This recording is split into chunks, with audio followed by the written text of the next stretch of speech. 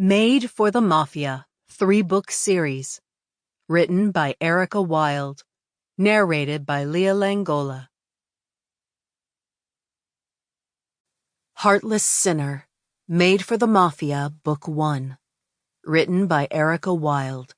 Narrated by Lia Langola.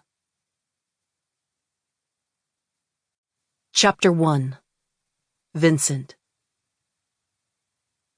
I was the kind of man who was used to getting what he wanted. Unfortunately, so was my father. When I received the summons for lunch, I figured it was just to give me a new assignment or update me on issues we were currently having with any of our operations.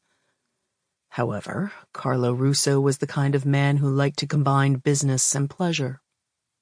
Between myself, Marco, and Dante, we weren't just a capo, an enforcer, and an associate to the family. We were also his sons. So he insisted on taking us out to lunch when he gave us a new job or needed to discuss something important, just to make sure it felt personal. I'd always suspected it was our mother's idea, God bless her soul. Mom had always found a way to bring out the best in Dad, to make sure he put forth some effort to bond with his sons, but he'd never admit to anyone when a suggestion was hers. Couldn't have any other families talking about how the head of the Russo family was led around by his dick or thinking he was soft. No, my father was hard, ruthless, and even sometimes cruel when the situation warranted.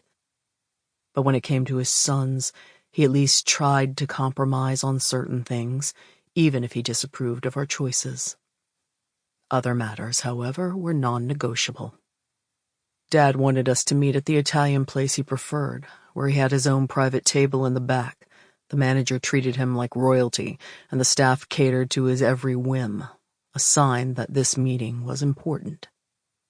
Dad only conducted meetings at that place when he wanted us to remember how rich and powerful he was, when he wanted us to be on our best behavior so that we didn't embarrass him with any loud arguments or disagreements.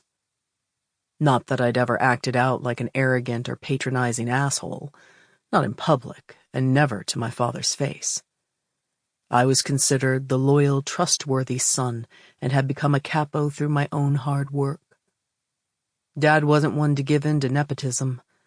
Nepotism was how families fell apart from the inside, too weak to maintain their hold in the world because they'd had everything handed to them and never faced any real adversity. The 2 bodyguards sitting at the little table by the door nodded to me as I entered. I nodded back. Jack was fairly new. Sample complete. Ready to continue?